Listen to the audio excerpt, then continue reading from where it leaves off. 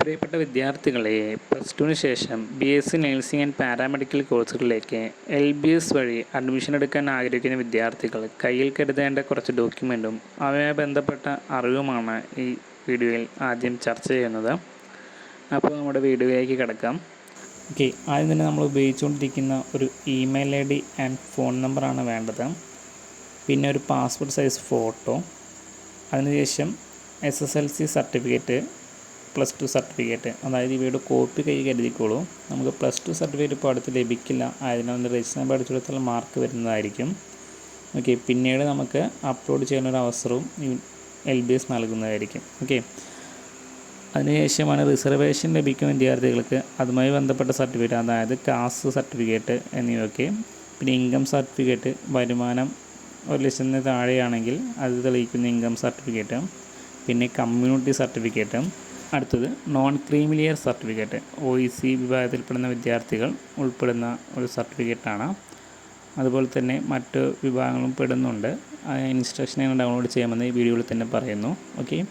നമ്മുടെ ലിസ്റ്റിൽ അവസാനം വരുന്നതാണ് ഡിസാബിലിറ്റി തെളിയിക്കുന്ന സർട്ടിഫിക്കറ്റ്. ശാരീരിക വൈകല്യങ്ങൾ ഉണ്ടെങ്കിൽ അത് തെളിയിക്കുന്നൊരു സർട്ടിഫിക്കറ്റാണ്. ഇനി പറഞ്ഞ സർട്ടിഫിക്കറ്റിൻ്റെ വാലിഡിറ്റി ഒന്ന് ജസ്റ്റ് ഒന്ന് പറഞ്ഞു പോകാം. അതിൽ നോൺ ക്രീമിലിയർ സർട്ടിഫിക്കറ്റ് 1 ഇയറും, കമ്മ്യൂണിറ്റി സർട്ടിഫിക്കറ്റ് 3 ഇയറും, ഇൻകം സർട്ടിഫിക്കറ്റ് 1 ഇയറുമാണ്. മറ്റ് സർട്ടിഫിക്കറ്റിൻ്റെ വിവരങ്ങൾ അറിയണമെങ്കിൽ വിദ്യാർത്ഥികൾ കമൻറ്റ് വഴിയോ അല്ലെങ്കിൽ താഴെ കൊടുക്കുന്ന വാട്സപ്പ് ഗ്രൂപ്പിൽ ജോയിൻ ചെയ്യാവുന്നതാണ്. പിന്നെ വിദ്യാർത്ഥികൾ ഒരു വാലിഡിറ്റി ഒരു 4 മാസം വരെയുള്ള ഒരു സർട്ടിഫിക്കറ്റ് കൈ കരുതുന്നത് നന്നായിരിക്കും. വാലിഡിറ്റി കഴിയാനാകുന്ന സർട്ടിഫിക്കറ്റ് ഉപയോഗിക്കാതിരിക്കുക.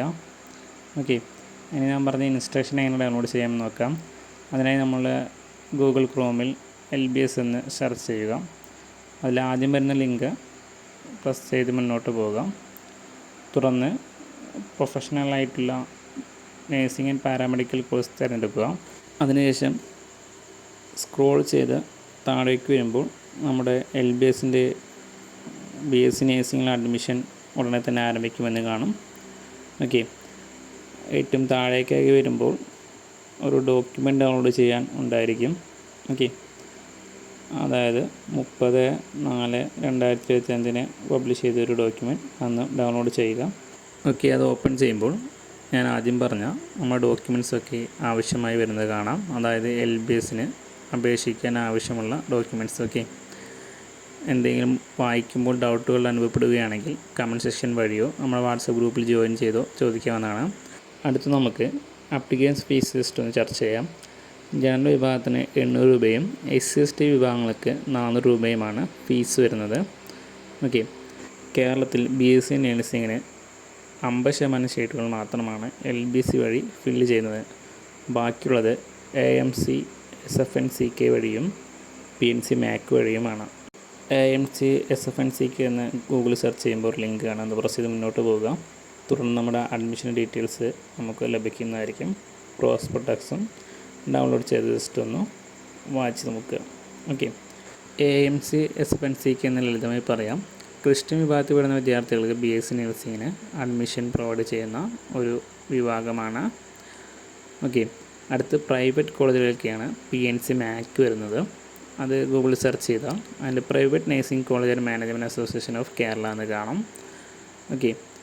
ഇതിന് വഴിയാണ് പ്രൈവറ്റ് കോളേജുകളിലേക്ക് അഡ്മിഷൻ പ്രൊവൈഡ് ചെയ്യുന്നത്. അതായത് 50% LBS വഴിയും ബാക്കി 50% AMC SFNCK, PNC MAC, CPAS അതുപോലെ തന്നെ CAP വഴിയൊക്കെയാണ് ബാക്കി 50% ഫില്ല് ചെയ്യുന്നത്.